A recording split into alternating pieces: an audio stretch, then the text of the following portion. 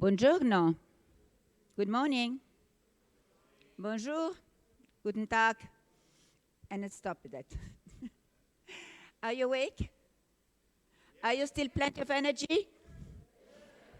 Did you enjoy your day yesterday? I don't hear. Did you enjoy your day yesterday? Oh, the men in the room are alive. That's good. No, it was an intense day, and for my side, I really was very, very proud that all the CEOs that signed this strong commitment, and I'm very also proud of the content and the messages that we sent yesterday. And the other thing I'm very proud, and I really have to thank the Italian media, because we are in the elections.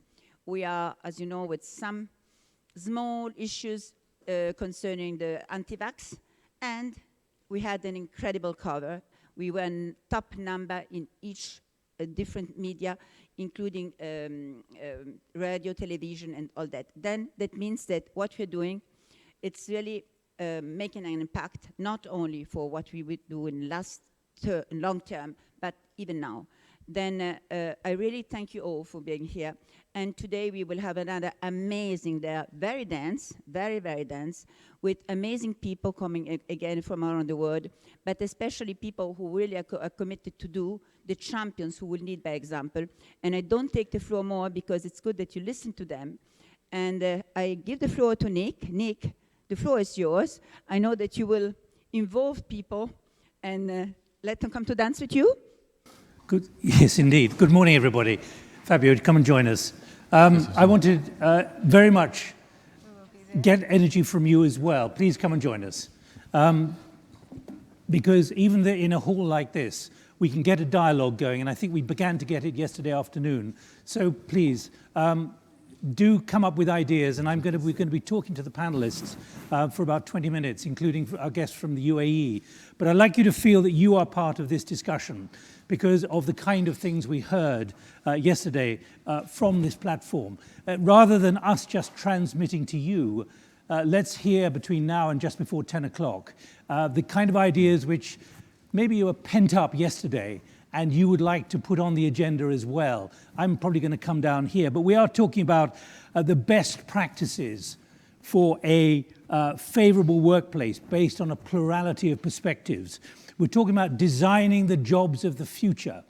And all of you will have your own ideas. And the kind of things we heard yesterday were really important. The kind of issues which are put on the agenda in an encouraging way. I come here as an honorary woman. I'm obviously a man, but I could hear an incredible amount of energy. It was far more productive, positive, and moving at a rate which I didn't expect when I came to Milan a couple of days ago. But I echo really what Anne Gabrielle said right at the beginning. There has to be a commitment for action. And the kind of things that are on the agenda, I'm running a project called Thinking the Unthinkable. But I would suggest to you that much of what you're thinking about is actually doable and achievable based on the kind of things that we heard yesterday. And as one of the leading figures said, we know the problem, but what do we now do? And Chiara has said that there will be 10 recommendations later, but I'd like to hear the kind of recommendations that you've got. And we heard particularly from Saudi Arabia, the enormous change from Lubna Olayan, the enormous change there's been there. We'll hear it again from the UAE shortly from the minister there. And we heard from Paola Mascaro the new skills that women need to be competitive in the marketplace, being competitive in the marketplace, but a warning that many women are simply not assertive enough, not brave enough. And as we heard from one leading figure, it's about taking risks as well in this new environment. And I'm repeating this for those of you who were here yesterday, but also raising it for those of you who weren't here yesterday, to say we moved a long way, I would suggest. And Emma said it is now time to act because the mood is moving very strongly in that direction. And there's a very significant understanding now from senior executives about what has to be done and what can be done. And about overcoming the stereotypes which are out there. I was very struck by the Korean head of the International Transport Forum saying that he comes from Korea, where men around the table know that they're in charge, and therefore they don't really think about the role that women must have in this new environment. So that's the setting. We're going to be joined, and I can see the minister sitting in the UAE, so welcome. But I'd like you to feel that you can intervene, please. So not just passive, we want to be active now. This is going to be a much more active day. And I'm joined by Jingle Pang, welcome Jingle, who's been in Milan for 2 months, who's CTO for UniCredit, by Fabio Vaccarano, who is the chief executive. I've got it as chief executive here, but it's up there as managing director, Italy, vice president anyway. Welcome, Fabio. And also from the UAE, Noura Al-Kabi. Welcome, Noura. Good to see you. We can see you. We can see you waving. Minister of Culture and Youth, Government of the United Arab Emirates. If there are those of you watching this online and you want to put a question, I can maybe get the question on WhatsApp up here on the platform.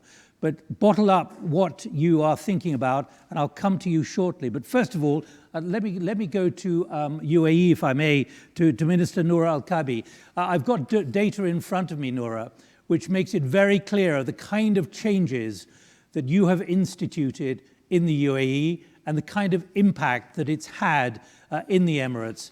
Can you summarize quickly for us, please, the impact and the numbers, whether in the judiciary or whether in the governing council, the way, the role of women, particularly the next generation of women, that has been enacted? You're on mute, I think. Hear me well? I can hear you. We can hear you now. Okay. Yes, indeed. So it's wonderful to be with you. Unfortunately, I couldn't be physically there in beautiful Milan. I would like to thank my dear friend Chiara for inviting me and having me in such a very crucial discussion. And for us here in the UAE, as you mentioned, Nick, under the leadership of our leaders and Sheikha Fatima, the General Women's Union, started supporting, let's say, the initiative of women empowerment since 1975. That means 4 years after the inception of the UAE. In the statement remarks of the founding father in the radio station, when he announced the inception of the union, he said it in his own words: nothing will make him happier of seeing women progressing in all fields, and nothing that hurdles such progression. So let me start with facts when it comes to the numbers, that we have here in the UAE. So we are the first Arab country that introduced mandatory presence of women in boardrooms. We are ranked 34 out of 189 when it comes to the UNDP Human Development Report. From a gender equality perspective, we're ranked 49 in the Gender Equality Index. And we're ranked number 1 in 132 countries in women treated with respect. This is a very important kind of an indicator.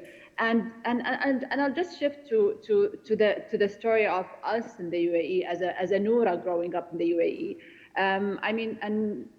For us, growing up and seeing both my parents working and waking up at 5 a.m. in the morning. My mother has been principal in a school and now still working. So that by itself, there's this kind of an urge of building a nation together, both men and women, based on merit. We are a country that 50% of women represent the parliament, the Federal National Council. And we have 9 ministers in the government. My country is hosting the World in Expo 2020, Nick, and the Director General of Expo is a minister, Her Excellency Reem Al-Hashmi. And I humbly am the Commissioner General of the UAE Pavilion, the pavilion that's the host of the country host. So I think those are our numbers just to suffice what we're working towards here in the UAE. Finally, talking about STEM, 56% of UAE's graduates are STEM, are women, and more than 70% of women are graduates of universities. So the percentages are high, and from a student population perspective, 80 to 90% of women compromise from in the federal higher education institutions. So the percentages are very promising, and I think that is all due to the policies that we've been taking, the work that has been done since the inception of this country, and most importantly, how we are all in this together in terms of building a nation. Quickly, Nora, if you can, about skilling, reskilling, upskilling, cross-skilling. It's about creating new jobs, but creating new abilities. And I've certainly been struck when I've been in the UAE, the proliferation of the next generation of women who are taking important jobs. Quickly, if you can, the impact that that has had, particularly in government, on the way government has functioned. Actually, it has been, specifically in terms of the skilling and upskilling, we're looking into it, let's say, how can we intervene from a younger age? So you're looking at schools that are pushing in terms of more innovative ways in terms of learning and upskilling and getting there from an early age. Then moving to universities and just, the UAE is a fast developing country. So imagine, Nick, the pace of developments and the sectors that are growing within the country. That makes us responsible in terms of how can I, innovate in the way we provide education. So therefore, we're become, it's a matter of urgency for us to ensure that our future change makers, irrespective of gender, are responsive to be able to adapt into such an emerging opportunities and challenges. And specifically during the current COVID pandemic, there's kind of more recognition happening to invest and upgrade in the educational system and how to allow the development of skill. So there are initiatives by the governments in terms of policies when it comes to STEM education priority that will allow it to be carefully infused within empowering the youth and in-depth understanding the concepts. I would like to highlight, Nick, what we've been doing in Zayed University, where I work as well. We introduced an interdisciplinary approach, which is a partnership with Minerva Project. It's solely focused on active learning and experiential activities. So I'll just give you a very simple example. So from year one, the students will be able to do an internship and solve a real challenge with an industry kind of if it's a company or an institution. So we're engaging our students from early stage to be part of solving challenges. And I think this is an opportunity for them to connect education with reality. So let's say, how can I get them ready to be future-proof students for the skill sets that is required after they graduate? Thank you. Thank you. And just to underscore that it is a national priority, it's a policy to make gender balance as a national priority to enhance the UAE's position. Let's move on with the Google experience. Fabio, welcome. There's a competition out there now for talent and the right skills. What is your view as you're running Google for the time being in Italy, because you're about to leave? What's your view about the battle that's going on and where talent will be and where upskilling, reskilling, cross-skilling is needed? So first of all, thank you very much for the invitation today. And I really feel a high sense of responsibility because these are really most important topics of our times. So the point that you're raising is relevant in general, and it is particularly relevant for our country for two reasons, I would say. The first reason is that the post-pandemic or throughout pandemic technology acceleration has been particularly relevant for a market like Italy that has been throughout the last decade clearly a late digitizer. So compared to the position we occupy amongst the 7th, 8th most advanced economies in the world, there was clearly a significant mismatch when it came to our level of digital adoption and technology adoption. And clearly, under the pressures of the pandemic, we needed to go through a leapfrog there is this recent report published by the European Commission, which is called, Digital Risers.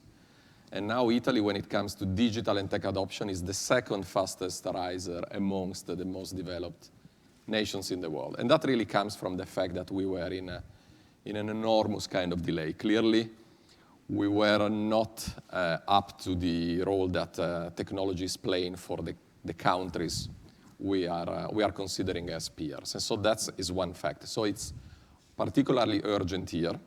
And the second constraint that Italy is going to have throughout the years to come is that also our demographic situation has no comparisons in the Western world. So if you think about data retrospectively, I am the product of 1971. Amongst 1961 to 1971, every year you had approximately 950,000 babies born in Italy. And that has been falling down throughout the years, but particularly over the last 2 years, we had a contribution from newborn babies that was only of 230,000, so a diminution of 60%. So my point is, whatever decision we will be taking, we're clearly facing an accelerated future, a future in which our market will have in a 40, 50 years' time, potentially half of the population that it has today. So it's going to be of a vital and paramount importance to invest on what you clearly and very reasonably called upskilling, reskilling, cross-skilling of people, because if we refuse to be part of the enormous talent war that is going to happen out there, in a world in which we will have limited quantitative capacity and we are still catching up under the qualitative point of view, we will be in significant trouble to maintain the level of wealth that the generations coming before us have managed to achieve. You are signaling a struggle ahead. Significant, and particularly significant for our market, because the two forces are hyper-accelerations here, because we are late compared to other peers.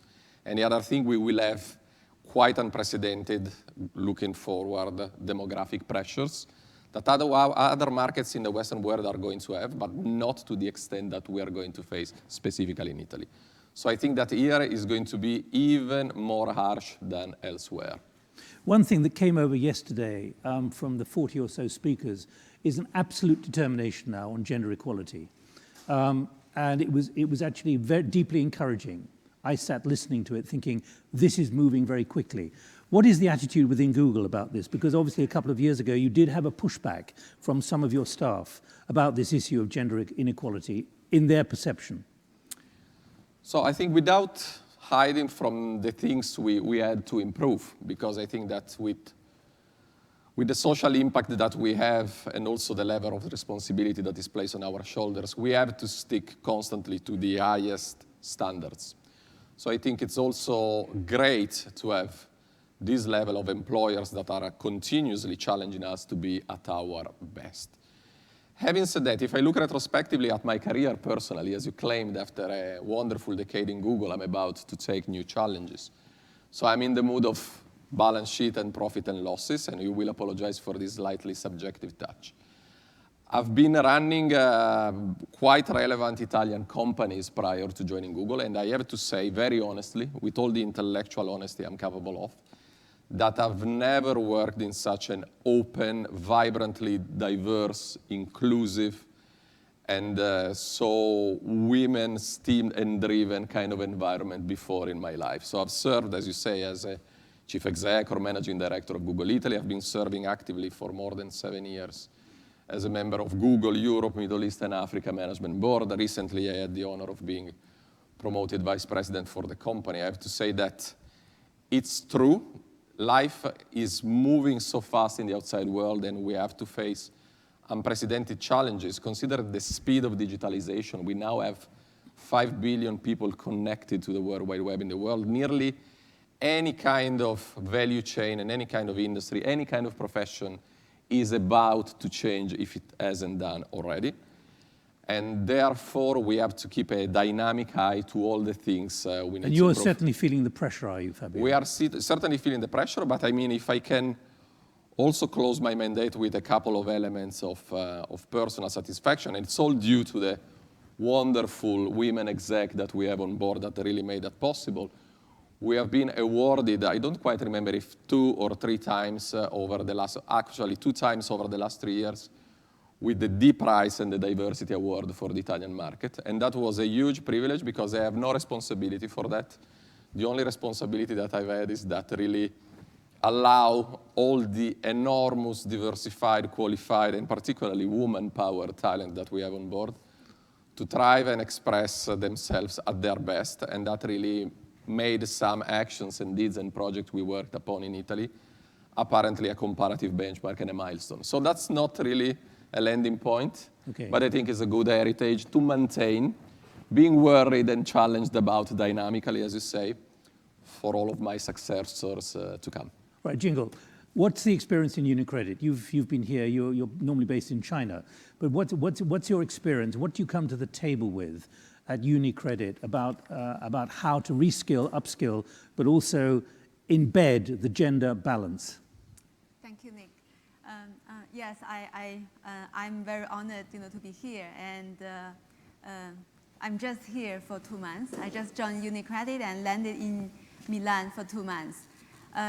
When I started this job, actually, I would like to make a little bit correction of my role. I am a Chief Digital and Information Officer of UniCredit Group.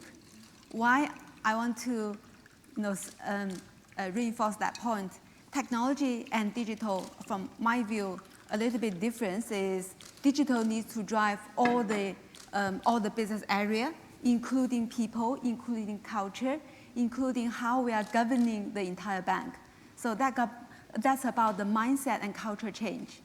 And of course, technology is going to play a critical role here, but only when a diversified group of people start to think about how we are going to use digital to drive business, to start to deal with our people, our employees, and our customers, then we start to carve out our digital journey.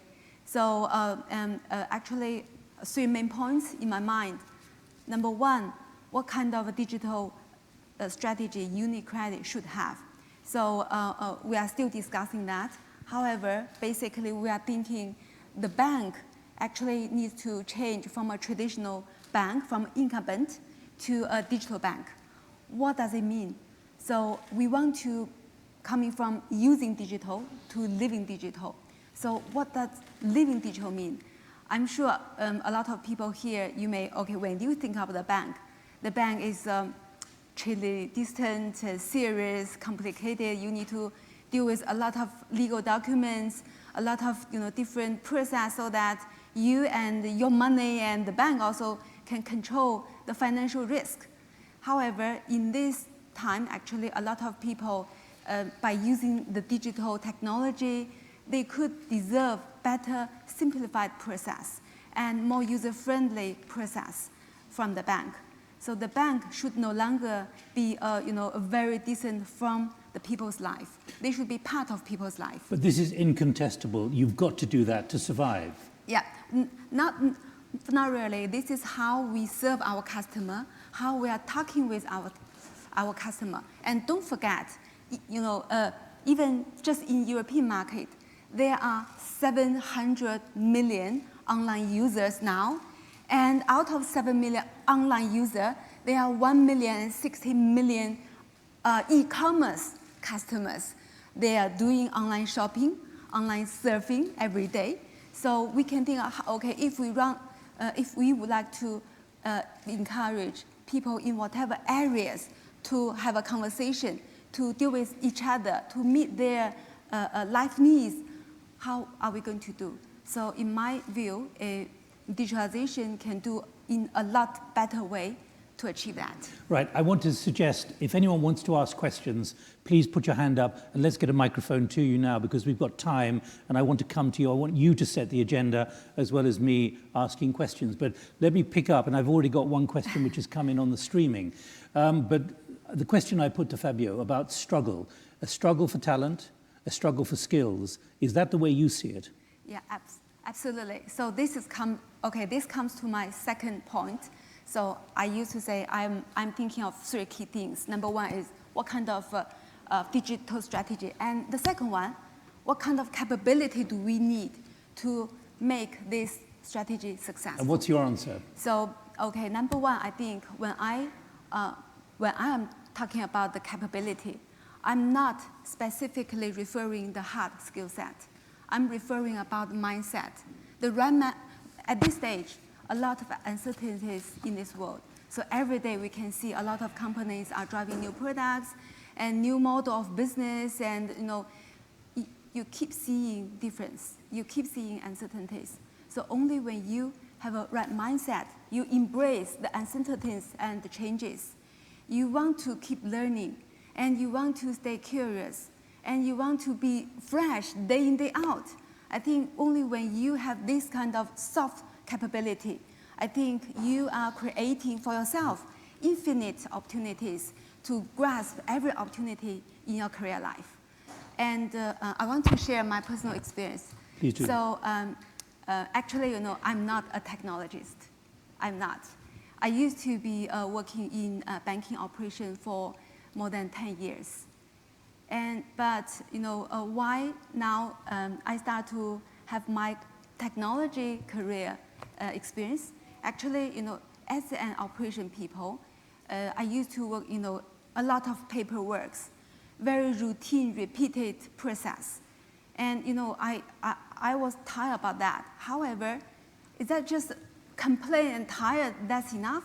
I think no. So I want to understand which kind of capability and the tools can help me and my team to stay out from this kind of routine, repeated, I think probably not really valuable to my customer and my organization. So what kind of tool should be?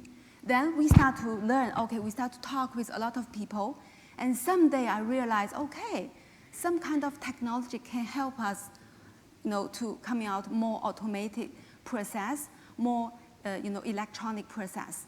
And gradually I realized technology is a very powerful capability to a lot of people to bring them into more valuable position, and they can contribute more to their customer and their peers and also their organizations. All right, let me pick up some questions. I'm going to come down here now to make sure you realize that this is a two-way process. I've got one question here already from the virtual audience. In designing the jobs of the future, do we need to redefine what merit and performance mean?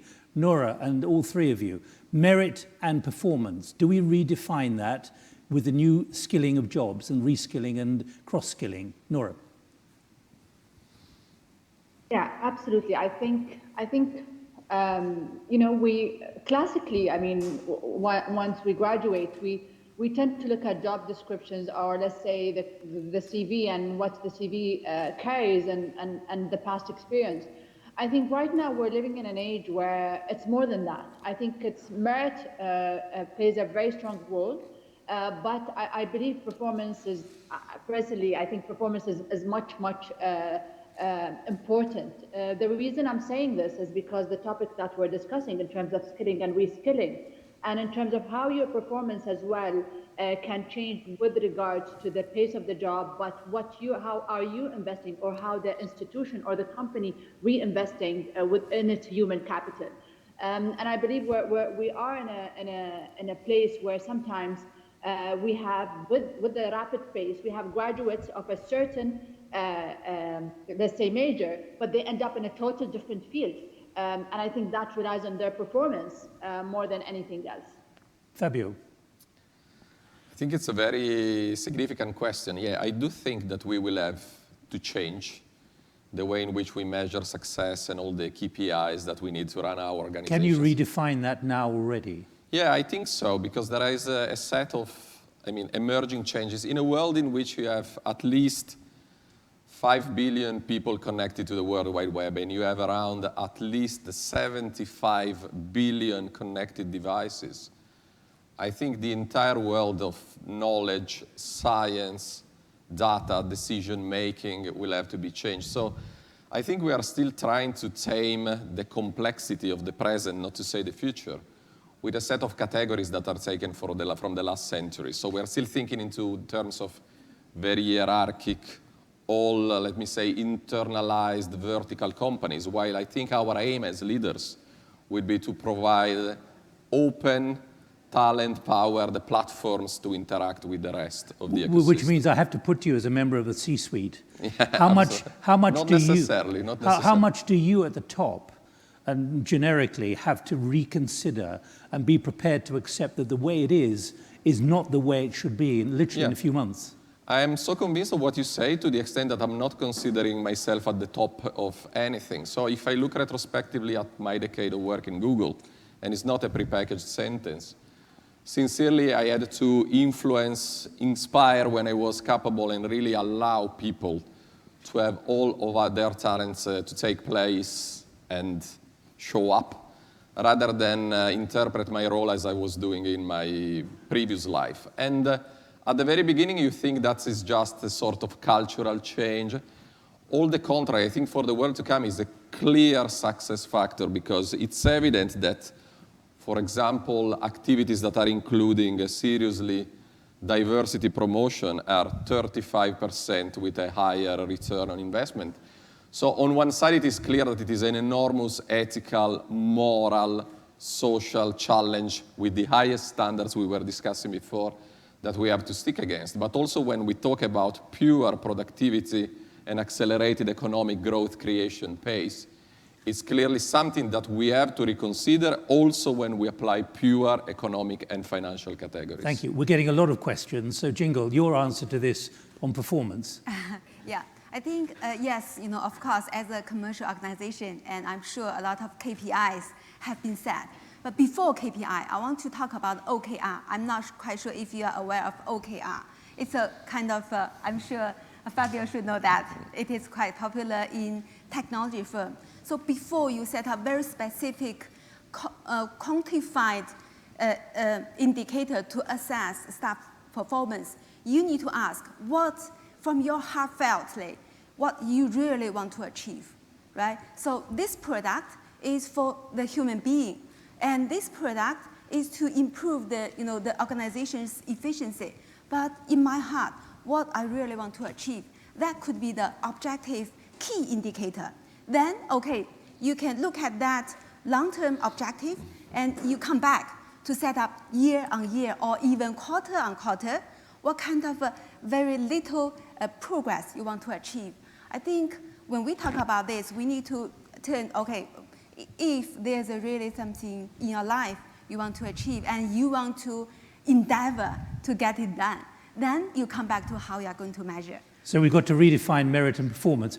A lot of questions coming in. Can you all be brief, please? And I can see a lady at the back, please. Hello, I'm Yanishka, founder of World Women Impacting Real Estate. Women are brave, we're courageous, we're managers. I thank Kyra so much. Both of you are very digital.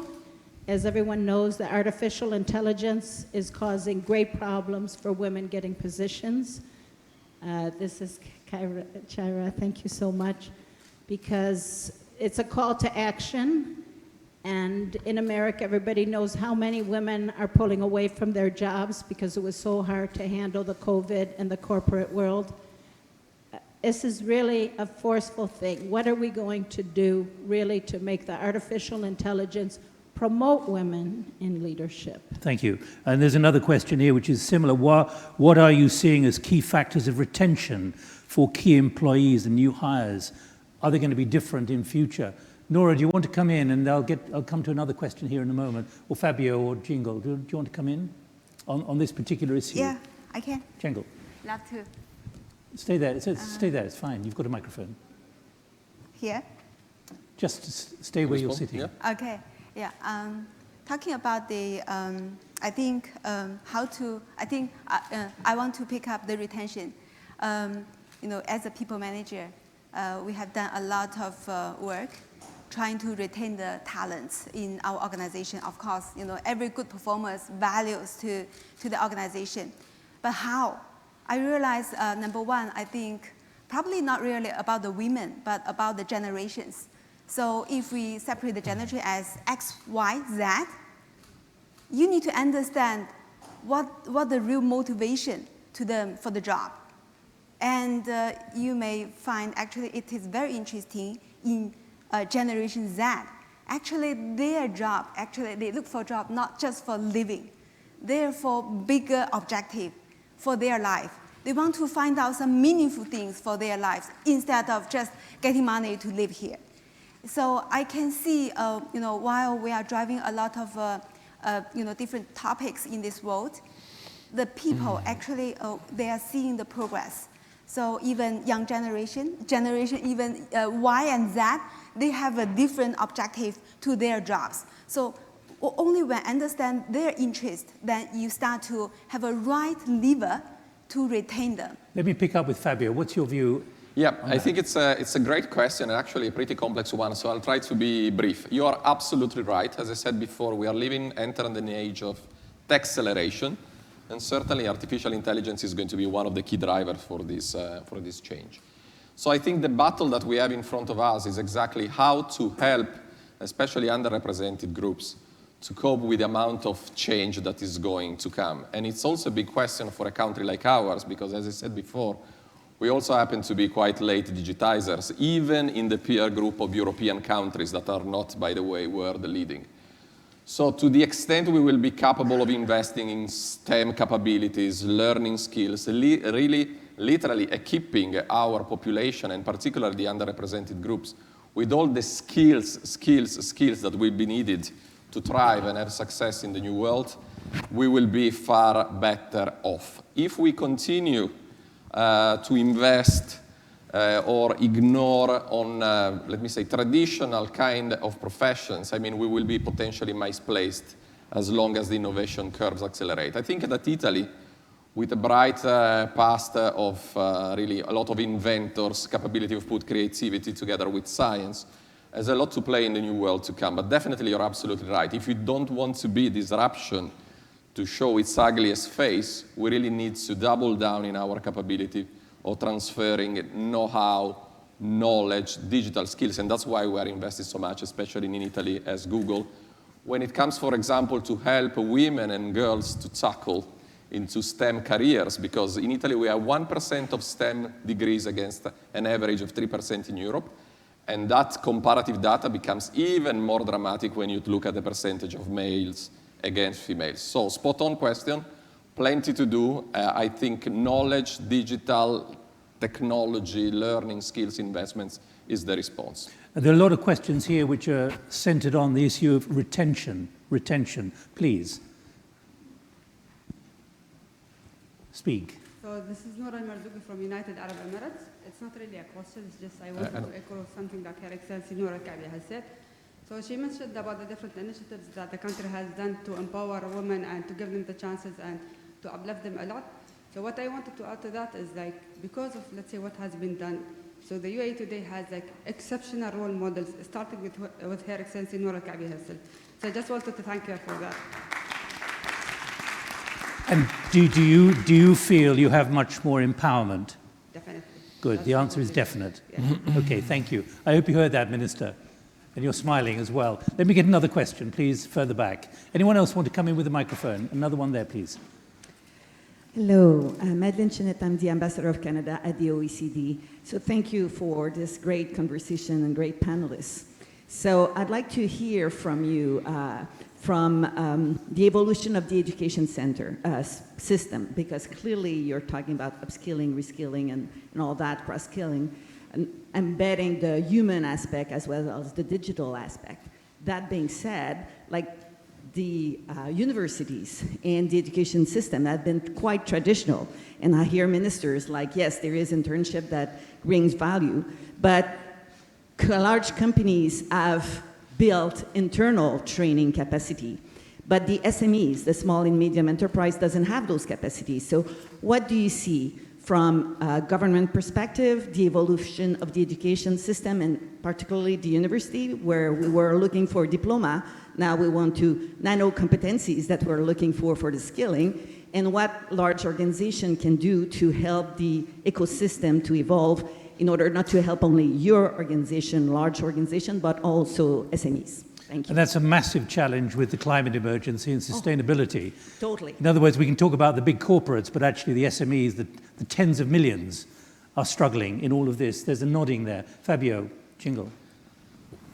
Go ahead. Can I start? Okay, so apologies. No problem. And I'll try to be as fast as I can, not speaking in my mother tongue. Spot on question once again. And I think Italy has all the powers and the creative and the wonderful women talent really to thrive and succeed in a new world, which is a creativity, intellectual, capital-based world. But we don't have to hide all the difficulties. As I said, we are in big delay. Year after year, the international comparative benchmark research show that we are, I think, 26th out of 28 when it comes to technology and digital adoption compared to the peer group of European countries. So, I mean, there's a long way to go. And on top of that, we have the demographic issue that have been announced before, which is going to make the talent war particularly harsh for a market like ours. And last but not least, we are the country of small businesses, as you very correctly say, with a population that it is largely dispersed on the ground in a world in which the concentration into big urban conglomerates is fostering knowledge transferring, talent building up, and the likes. We have 75% of our population which is living in places with less than 50,000 inhabitants. So it's particularly tricky challenge, but it is the real challenge. So that's why it's the area in which throughout nearly a decade, we constantly invested as Google. I have some notes here from all the wonderful women exec working with me and all the projects and all the chapters, but definitely I think that big companies have a great responsibility towards society and they have to play a role because we have entered the world, we always say that, of continuous learning. A baby born today, in 8 cases out of 10, will be doing a job which doesn't exist already. So really the kind of challenge that we have in front of us, we might be seeing that as a technological challenge, but I totally endorse what our guest here was saying before. I'm not a technologist myself, but the technology challenge has little to do with the technology. We have in front of us the greatest challenge of all the times when it comes to reconvert the human capital in front of us. So I think that all of us, and we are doing a lot in Crescere in Digital, a lot of projects I won't be bothering you about, but sincerely I think that if we manage to recapitalize intellectually in terms of skills and professions, we will be in a very good position because paradoxically the world we're entering in is a world that it is perfect for a market and a country like ours to be successful in. Fabio, so plenty to do. What I'd like to do is go to the Minister, because Minister, I know you have to go to a meeting, but particularly the incubators and what you're trying to do in the UAE with the next generation. And I hope you heard the question about SMEs. What kind of view are you taking about investing in the way that you were talking about a few minutes ago in the SMEs, in the incubators, in the startups, and making it possible for them to embrace this enormous challenge of skilling? Sure. I think let's go back to the way we tackle, number one, the challenges when it comes to graduates finding what is the best kind of a future job. And we're encouraging our students to start thinking from an early age of being an entrepreneur, having a startup. But again, I have to mention that we have, as supporting SMEs entities within our departments of economy, we have a minister that is responsible for small and medium businesses. And, so you have the funds aside that is provided by the government, you have the policy and the minister who is overseeing that under the Ministry of Economy. And from an education perspective, how we engage the students from an early stage to establish or to understand how to be, a self-employed, rather than 10 years ago, government was the route ahead to have my future job. We have a council in the UAE, the Educational Council, and it consists of ministers we have the Minister of State of Youth. So the representation of youth is really important. We have them, so we have the Authority of Youth, we have the upskilling youth as well, school, and how can we engage school in terms of what we're doing in policy making and even operating. So we totally understand, even with the demographies of the UAE and how we have a younger age kind of a caliber, getting into the workforce and at least complementing what we do and having such digital kind of knowledge to take the institution or the companies forward.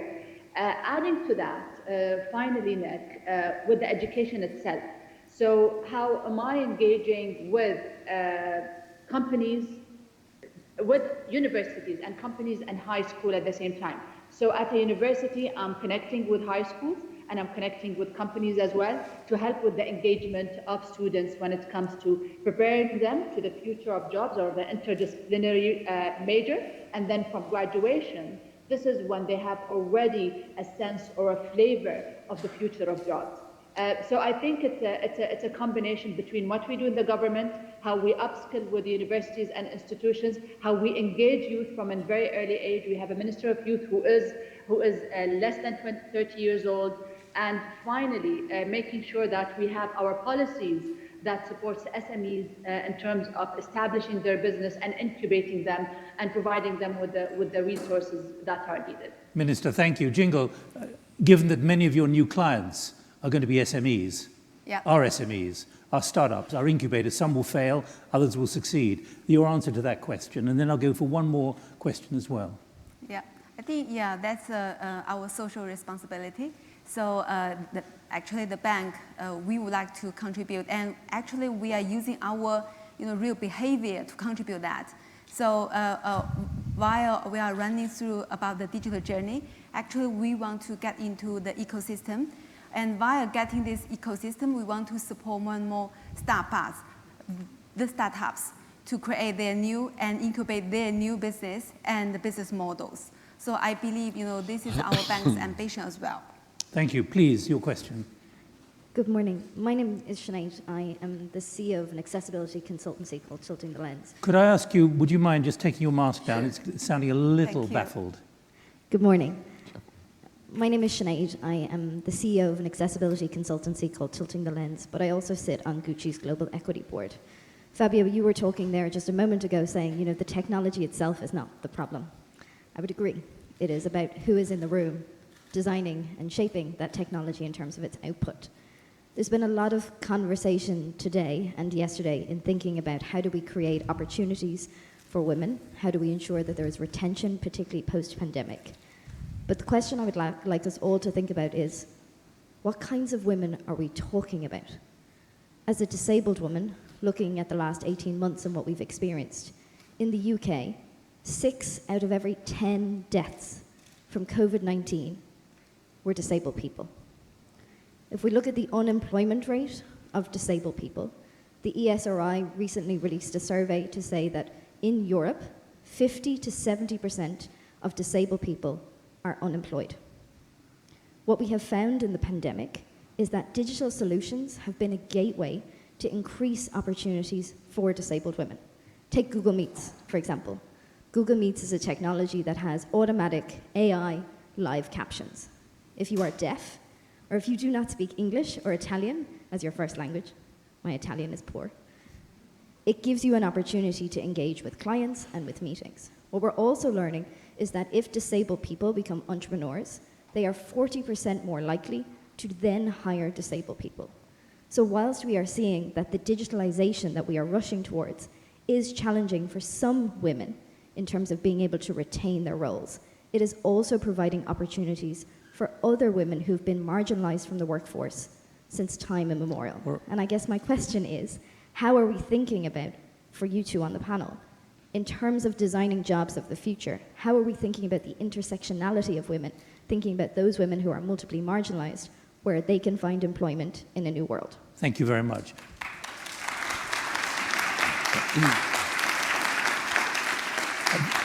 Fabio, a very clear message there. It's not corporate, but it's about a significant way in which the environment is being created now. Yeah. So I think it's a great question. It's a great set of considerations, and I'm totally aligned with what you're saying. So as I said before, this tech acceleration we are living through is definitely creating a whole set of new opportunities for people that are capable of really exploiting the beauty and the magic of all the accessibility that has been made possible and available by technological and digital evolution. To the other side, as you exactly say, the pandemic and this accelerated world is putting an uneven pressure on underrepresented groups and people with less accessibility to technology. So on one side, I think our great responsibility, and we're doing the best with that we can there, is really to establish a bridge that makes technology fully available and also a life empowerer for people that are dealing with disabilities. Actually, I have a particular piece of pride here because a Googler of ours, Googler is the way in which we define our wonderful talents on board, with a personal family story of not accessibility due to some, let me say, limitations, conditions, he created a product that was awarded internally and I think also an international exhibition. So I think it really, when you create a talent platform, really people can thrive up to the kind of expectations that we all have out of them and the responsibility that come with that. I totally agree with you. That's why we have to come back to the real challenge, which is, yes, a technological one. Technologies have to become more accessible and more useful and impactful for people that are even more underrepresented, that normally underrepresented categories. But to the other extent, the real bridge we have to create, being conscious that in this moment, 25% of jobs might be at risk, 60 million people might be at jobs at risk, as McKinsey clearly demonstrates. I think all of our challenge is really how do we put, what kind of programs we create and implement in order to allow all people to extract the beauty, the magic, and the life enablement that technology is. So it's a big available. Challenge for you, and you're recognizing it's enormous challenge, and if I have to say, 80% of our efforts in terms of investment on the Italian market, everybody's talking about broadband network, technological infrastructure. Of course, that's an important, but that's a mathematical necessary condition in order to achieve digitalization of a country. But I have to say, more than 80% of our thoughts, investment, programs, deeds, and action exactly went in the area on how do we make people digitally and technologically proficient without being necessarily technologists, because we cannot turn 62 million people into technologists. But we have to understand if that on one side, digital technology is really an enormous gift in terms of enablement and creation of opportunities, we have to make those opportunities available throughout education and skilling. Thank you, Fabio. Jingo, that very clear challenge about the leveling that's needed, do you recognize that as a Chief Technology Officer? Yeah, I think, again, I want to re-emphasize my point, actually. I think every experience and the role are critically important to this world. Technology is just, an enabler. So if we can make sure all these roles, no matter they are coming from banking operation, tellers, or wherever, and even for some social works, actually, as long as they can embrace the digital capability, I think it will work, right? So this is how I'm thinking about the reskilling. So how we are going to train these capabilities, these roles, embracing more digital and technology knowledge there. So we normally say technology savvy doesn't mean it is really a technologist savvy. It is a technology savvy in everyone. Yeah. Thank you very much indeed. I think at that point I have to bring it to a close, but what I hope we've done is, first of all, opened it up a little more, so you feel you've got access to the panelists. Let me just give you 3 reflections, if I may. I was struck by the mayor of your city here saying yesterday that it'll be a condition potentially of contracts that there has to be equality of gender. That's an important statement. Secondly, from Paolo Mascara saying very clearly that actually incentives within companies are going to be important. In other words, people at the top will be incentivized to produce the kind of things we've been hearing this morning because it'll be a condition of their bonus. So things are moving significantly in so many directions with very clear messages of what has to be done. And I hope what we've done in the last 50 minutes is edged it forward a little further. Let's keep it going for the rest of the day. Thank you all very much indeed. Thank you. Thank you.